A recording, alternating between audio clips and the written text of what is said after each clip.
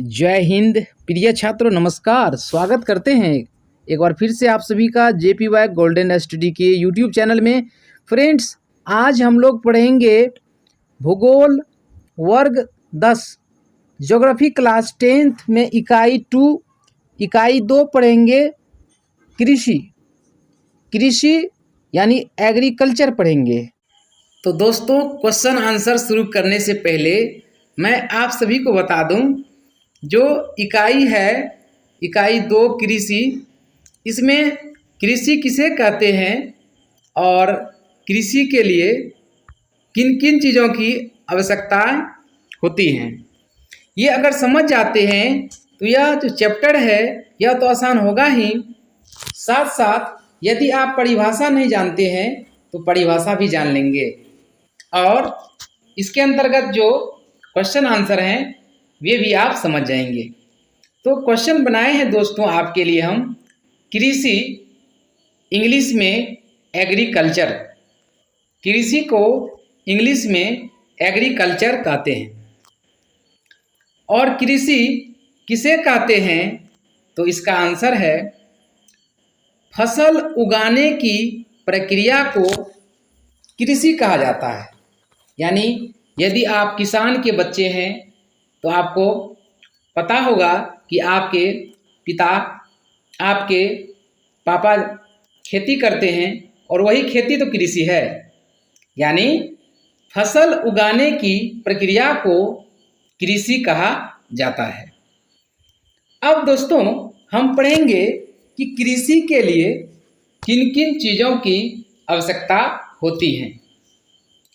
कृषि के लिए यानी खेती के लिए किन किन चीज़ों की आवश्यकता होती हैं, इससे आप भली भांति अवगत होंगे।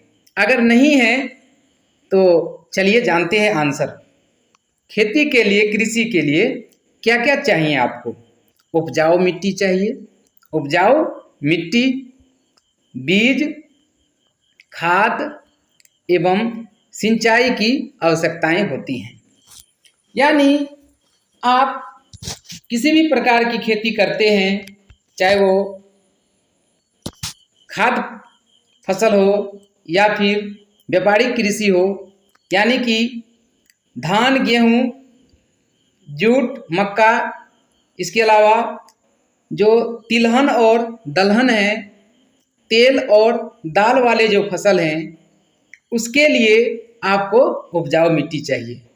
उपजाऊ मिट्टी से उपज अच्छी होती है। आपको पता है उपजाऊ मिट्टी किसी भी फसल के लिए ज़रूरी होती है। तो इसका जो आंसर है उपजाऊ मिट्टी, बीज, खाद एवं सिंचाई, कृषि के लिए ये सब जरूरी है। एक बार फिर से, कृषि किसे कहते हैं तो आपको याद रखना है, फसल उगाने की प्रक्रिया को कृषि कहा जाता है। कृषि के लिए किन किन चीज़ों की आवश्यकता होती है? उपजाऊ मिट्टी, बीज, खाद एवं सिंचाई की आवश्यकता होती है। तो दोस्तों, इसके बाद हम पढ़ेंगे इस चैप्टर से, इस अध्याय से वस्तुनिष्ठ प्रश्न और साथ साथ लघु उत्तरीय प्रश्न और उसके बाद दीर्घ उत्तरीय प्रश्न, जो कि आने वाले एग्जाम के लिए बहुत ही इम्पोर्टेंट है। तो चलिए दोस्तों, क्वेश्चन शुरू करते हैं।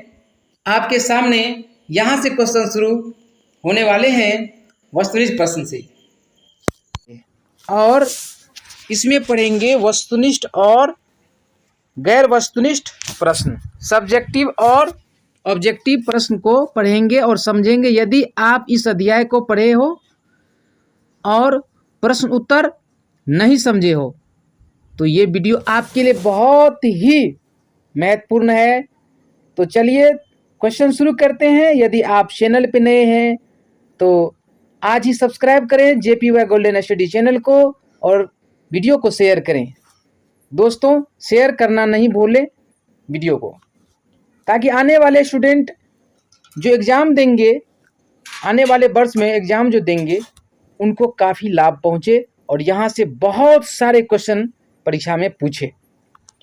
तो वस्तुनिष्ठ प्रश्न है कृषि चैप्टर से।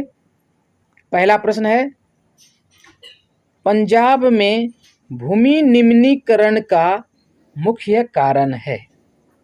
पंजाब में भूमि निम्नीकरण का मुख्य कारण है, आंसर है अधिक सिंचाई। क्या है? अधिक सिंचाई।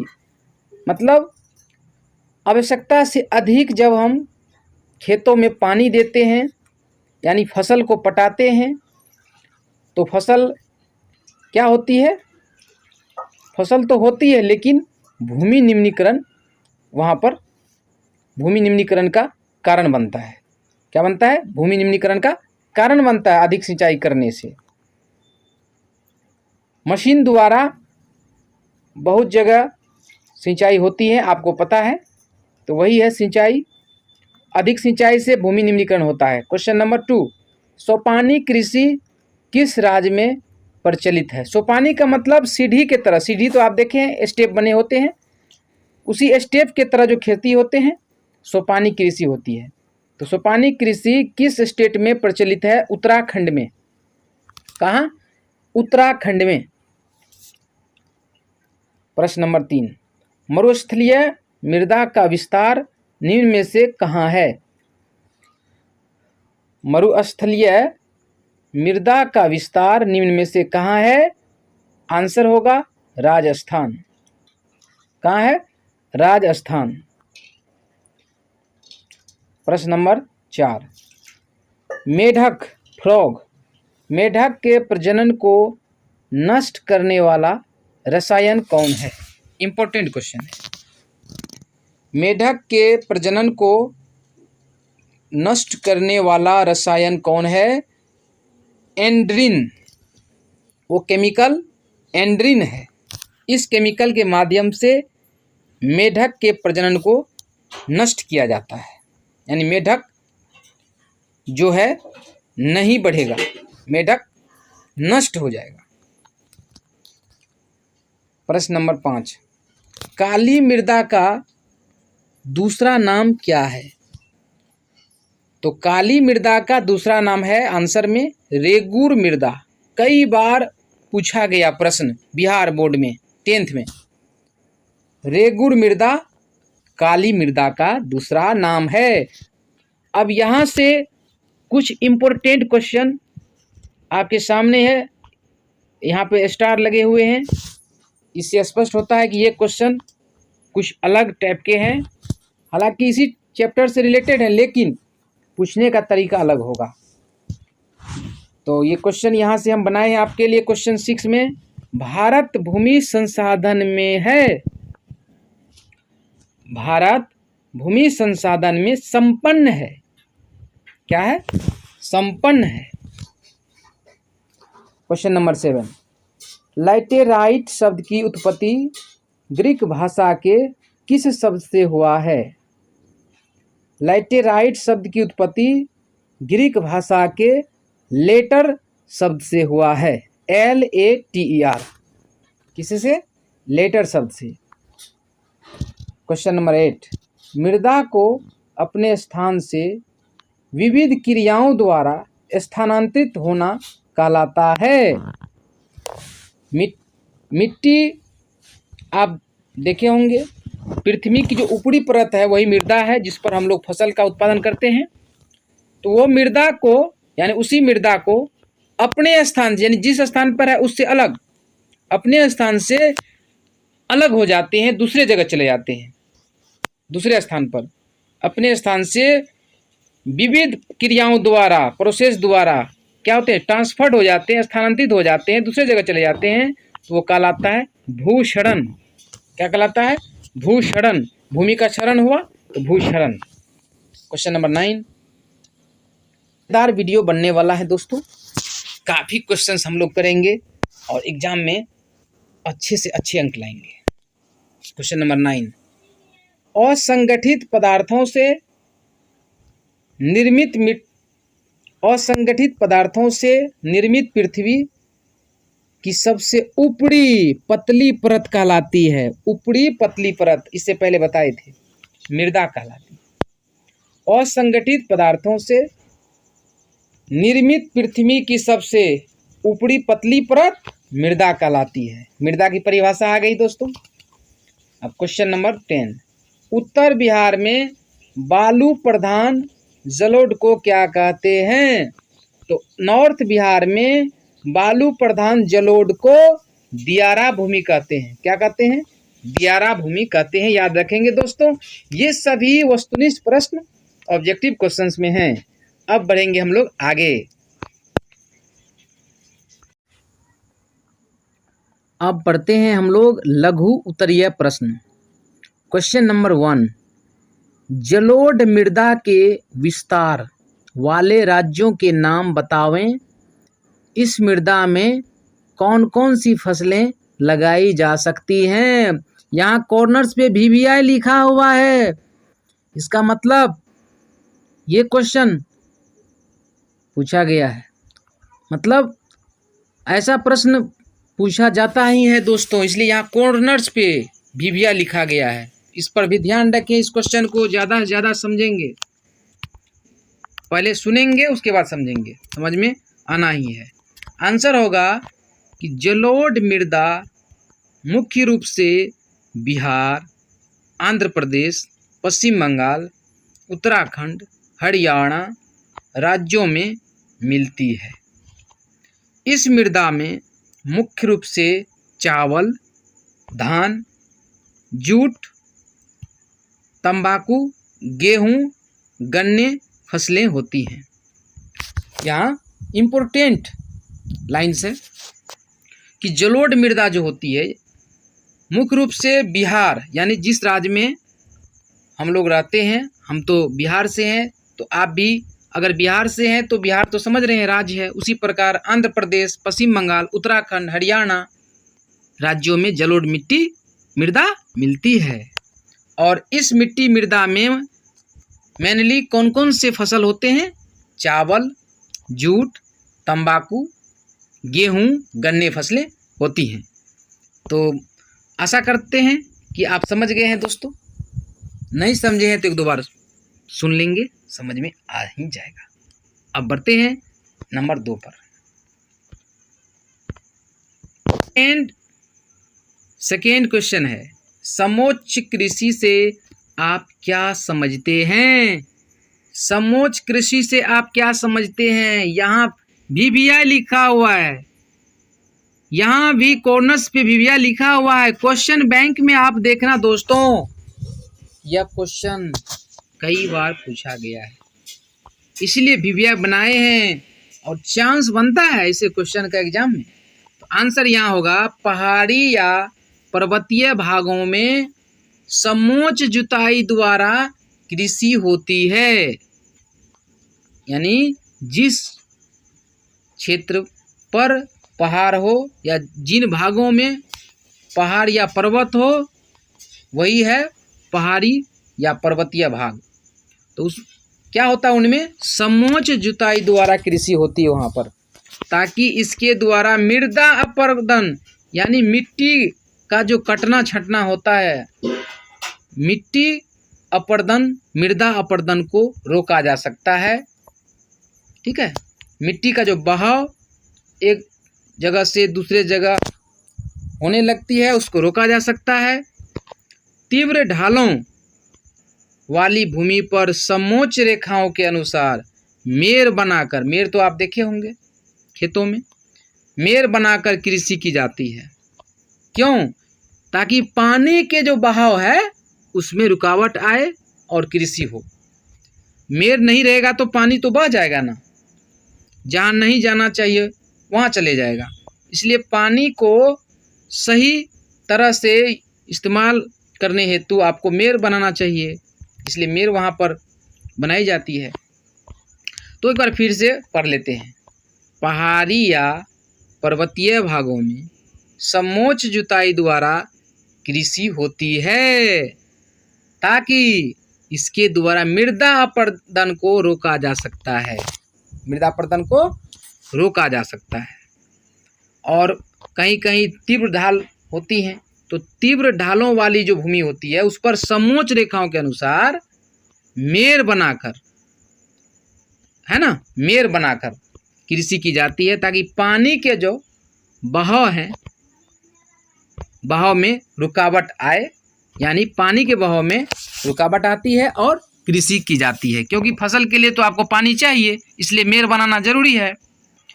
इस तरह से समझ गए। अब बढ़ते हैं आगे। क्वेश्चन नंबर 3, प्रश्न संख्या 3। पवन अपर्दन वाले क्षेत्र में कृषि की कौन सी पद्धति उपयोगी मानी जाती है? पवन अपर्दन वाले क्षेत्र में कृषि की कौन सी पद्धति उपयोगी मानी जाती है? आंसर है पवन अपर्दन, यानी हवा द्वारा जो मिट्टी एक जगह से दूसरे जगह पहुंच जाती है, वही है पवन अपर्दन। पवन अपर्दन वाले क्षेत्रों में पट्टिका कृषि श्रेयस्कर है, पट्टी के तरह, वही है पट्टिका श्रेयस्कर है, जो फसलों के बीच घास की पट्टियां विकसित कर की जाती है, और घास की पट्टियां जब विकसित हो गई तो पवन अपर्दन नहीं होगा, और पवन अपर्दन से मिट्टी जो है एक जगह से दूसरी जगह नहीं भागेगी, यानी मिट्टी वहाँ पर क्या रहेगी? उपस्थित रहेगी, मृदा जो है वहाँ रहेगी, मृदा अपर्दन नहीं हो पाएगी। पवन द्वारा जो अपर्दन होता है उससे मिट्टी एक जगह से दूसरी जगह चली जाती है, तो उसको ब्रेक करने के लिए मिट्टी को वहाँ पर रोकने हेतु पट्टिका कृषि श्रेयस्कर है, जो फसलों के बीच घास की पट्टियाँ विकसित कर की जाती हैं, और घास की पट्टियाँ क्या करेगी? मिट्टी को जकड़े रहेगी, इसलिए वहाँ पर क्या है? पट्टिका कृषि श्रेयस्कर है। आगे बढ़ेंगे। क्वेश्चन नंबर 4, भारत के किन भागों में नदी डेल्टा का विकास हुआ है? यहाँ की मृदा की क्या विशेषता है? भारत के किन भागों में नदी डेल्टा का विकास हुआ है? डेल्टा का मतलब त्रिभुजाकार। यहाँ की मृदा की क्या विशेषता है? वहाँ की मिट्टी की क्या विशेषता है?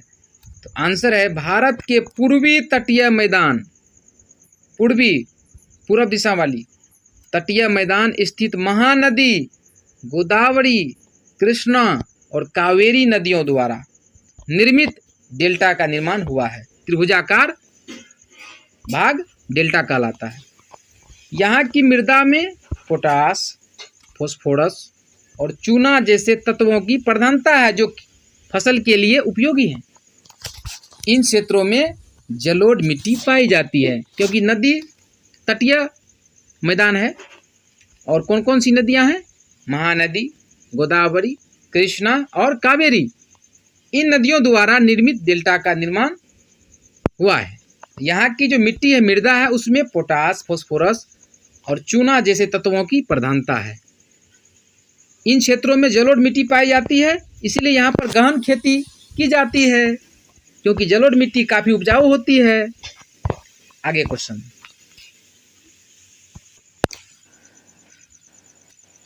Number 5, very very important. यहाँ भी कॉर्नर्स पे भी लिखा है, यानी भीविया है। यह भी कई बार पूछा गया है दोस्तों बिहार बोर्ड में। फसल चक्रण मृदा संरक्षण में किस प्रकार सहायक है? फसल चक्रण मृदा संरक्षण में किस प्रकार सहायक है? आंसर है फसल चक्रण द्वारा मृदा के पोषणीय स्तर को बरकरार रखा जा सकता है। गेहूं, कपास, मक्का, आलू आदि को लगातार उगाने से मृदा में ह्रास उत्पन्न होता है, इसीलिए तिलहन, दलहन यानी कि तेल वाले और दाल वाले पौधे की खेती द्वारा पुनः प्राप्ति किया जा सकता है, और इससे नाइट्रोजन का स्थिरीकरण होता है, यानी नाइट्रोजन वहाँ कायम रहता है। नाइट्रोजन क्या है? एक तत्व है। एक बार फिर से सुनते हैं उत्तर। फसल चक्रण द्वारा मृदा के पोषणीय स्तर को बरकरार रखा जा सकता है। गेहूं, कपास, मक्का, आलू आदि को लगातार उगाने से मृदा में ह्रास उत्पन्न होता है। पानी दही तक बेर। तो फसल चक्रण द्वारा मृदा के पोषणीय स्तर को बरकरार रखा जा सकता है। गेहूं, कपास, मक्का, आलू आदि को लगातार लगाने से यानी इसकी फसल करने से मृदा में ह्रास उत्पन्न होता है। तो ह्रास को दूर करने हेतु इसे तिलहन दलहन पौधे की खेती के द्वारा पुनः प्राप्ति किया जा सकता है। इससे नाइट्रोजन का स्थिरीकरण होता है। अब आगे बढ़ेंगे। अब इसी तरह एक और लघु उत्तर यह पूछा जाता है जो काफ़ी इम्पोर्टेंट है दोस्तों। हालांकि यह क्वेश्चन आपको जल्दी मिले या ना मिले, लेकिन आंसर आपको हम बता देते हैं, इस चैप्टर से रिलेटेड हैं। क्वेश्चन ए माने इसको हम, क्योंकि अलग से इसको हम यहाँ पर लिखे हैं। खादर और बांगर मिट्टी में अंतर स्पष्ट करें। कई बार पूछा गया है खादर और बांगर मिट्टी में अंतर स्पष्ट करें। तो यहाँ आंसर है खादर का कि नदियों के बाद के मैदान की नवीन बारीक कणों वाली कांप मिट्टी को खादर कहते हैं। ठीक है, नदियों के बाद, नदी तो देखे हैं, उसके बाद के जो मैदान होते हैं, जो जमीन है, जो भूमि है, उसी की नवीन बारीक कणों वाली, छोटे छोटे कणों वाली जो कांप मिट्टी होती है, कांप मिट्टी को खादर कहते हैं या खादर मिट्टी कहते हैं। उसके बाद है बांगर मिट्टी क्या है, अंतर पूछेगा। तो बांगर मिट्टी नदियों के द्वारा जमा की गई पुरातन यानी पुरानी मिट्टी है, कांप वाली। नदियों के द्वारा जमा की गई पुरातन कांप मिट्टी को बांगर मिट्टी कहते हैं।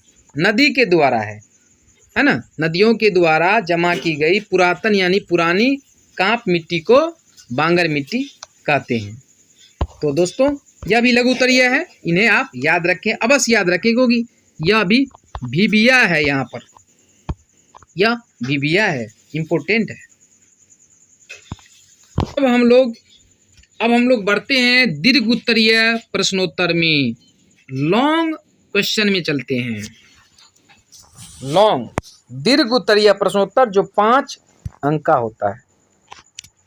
पहला प्रश्न लिए हैं, जलाक्रांतता कैसे उपस्थित होता है? मृदा अपरदन में इसकी क्या भूमिका है? जलाक्रांतता कैसे उपस्थित होता है? मृदा अपरदन में इसकी क्या भूमिका है? आंसर यहाँ से, भूमि में अति सिंचाई से जलाक्रांतता की समस्या उत्पन्न होती है, जिससे मृदा में लवणीय और क्षारीय गुण बढ़ जाते हैं। लवणीय का मतलब नमकीन और क्षारीय का मतलब जो कड़वा हो, इस तरह के गुण बढ़ जाते हैं, जो भूमि के निम्नीकरण हेतु उत्तरदायी रिस्पॉन्सिबल होते हैं। इसी तरह से निम्नीकरण होते हैं कब? जब मृदा में लवणीय और क्षारीय, नमकीन और कड़वे गुण बढ़ जाते हैं तो भूमि निम्नीकरण होते हैं। जो भूमि निम्नीकरण हेतु उत्तरदायी हो जाते हैं, ये गुण जब बढ़ते हैं। मृदा अपरदन मिट्टी के ऊपरी आवरण के कटाव यानी ऊपर वाली जो परत है और बहाव जैसी प्रक्रिया के कारण उत्पन्न होती है। यहाँ से क्वेश्चन देखिए, मृदा अपरदन क्या है? तो मृदा अपरदन जो होती है, मिट्टी के ऊपरी आवरण जो है, ऊपरी परत, उसी के कटाव और बहाव जैसी प्रक्रिया कारण उत्पन्न होती है मृदा अपरदन। जल जब ढलान की ओर बहता है, यानी पानी जब ढलान की ओर, जैसे ढाल हो गया तो नीचे जाएगा, पानी बहता है, तो मृदा धीरे धीरे जल से घुलकर उसके साथ बह जाती है, यानी मिट्टी भी जल के साथ बह जाती है। इसे चादर अपरदन कहा जाता है, क्योंकि चादर की तरह वो मिट्टी बह जाती है पानी के साथ, तो चादर अपरदन होती है मिट्टी का वहाँ से बह जाना। मृदा अपरदन के कारक, मृदा अपरदन जो करने वाले हैं, प्राकृतिक हो या मानवीय, उनका मृदा के उपजाऊपन पर बड़ा विनाशकारी प्रभाव पड़ता है। मृदा अपरदन के कारक प्राकृतिक हो या मानवीय, उनका मृदा के उपजाऊपन पर, यानी जो उपजने की जो शक्ति है, उपजाऊपन पर बड़ा विनाशकारी प्रभाव पड़ता है। उपज कम होने लगेगी उसके बाद, विशेषकर किसानों को बड़ी हानि होती है ना। ये जो स्थितियां हैं इनसे किसानों को, फार्मर्स को बड़ी लॉस होती है। तो समझ गए हैं दोस्तों, दोबारा से आप सुन सकते हैं। अब आगे बढ़ते हैं। अगला प्रश्न है दीर्घ उत्तरीय में ही, मृदा संरक्षण पर एक निबंध लिखिए। मृदा संरक्षण पर एक निबंध लिखिए। आंसर है मृदा अपरदन एक विकट समस्या है। मृदा अपरदन एक विकट समस्या है। क्या है? विकट समस्या है। इसका संरक्षण हमारे लिए एक चुनौती है। इसका संरक्षण हमारे लिए एक चुनौती है। मृदा संरक्षण के विविध तरीके हो सकते हैं। मृदा संरक्षण के विविध तरीके हो सकते हैं जो मानवीय क्रियाकलापों द्वारा प्रयोग में लाए जा सकते हैं। जो मानवीय क्रियाकलापों द्वारा प्रयोग में लाए जा सकते हैं। फसल चक्रण द्वारा मृदा के पोषणीय स्तर को बरकरार रखा जा सकता है। यानी फसल को बदल बदल कर लगाना फसल चक्रण है।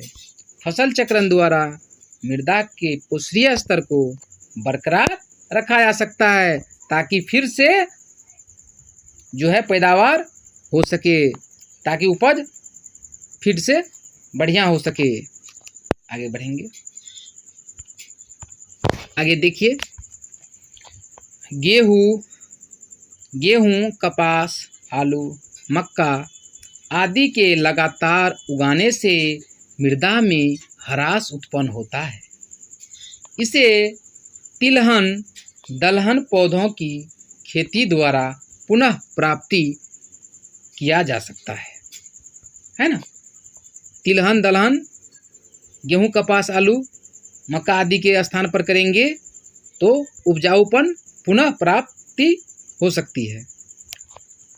पहाड़ी क्षेत्रों में समोच्च जुताई द्वारा मृदा अपरदन को रोका जा सकता है।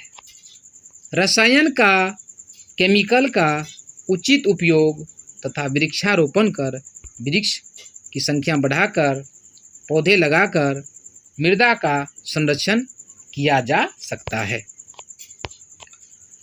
रासायनिक उर्वरक की जगह जैविक खाद यानी कंपोस्ट का नाम आप सुने होंगे। जो मार्केट से आप खाद लाते हैं उसके स्थान पर आप, है ना, जो कंपोस्ट है गोबर से बनाए जाते हैं। और इसके अलावा जो आप घरों में देखे हैं, जो भी आप जैसे कि गोईठा जलाते हैं उसके बदले में जो पदार्थ बनते हैं, उस तरह से बहुत सारे जो पदार्थ हैं वे मृदा के लिए उपयोगी हैं और वे जैविक खाद हैं, क्योंकि जीव के द्वारा बने हुए हैं, जानवरों के द्वारा, पशुओं के द्वारा बने हुए हैं जैविक खाद। वे मृदा के लिए बहुत ही महत्वपूर्ण है। तो उसका उपयोग अगर करते हैं तो उसकी जो उपज शक्ति है वो बरकरार रहेगी और मृदा का संरक्षण होगा। तो ये सब क्या है, मृदा संरक्षण में सहायक हैं।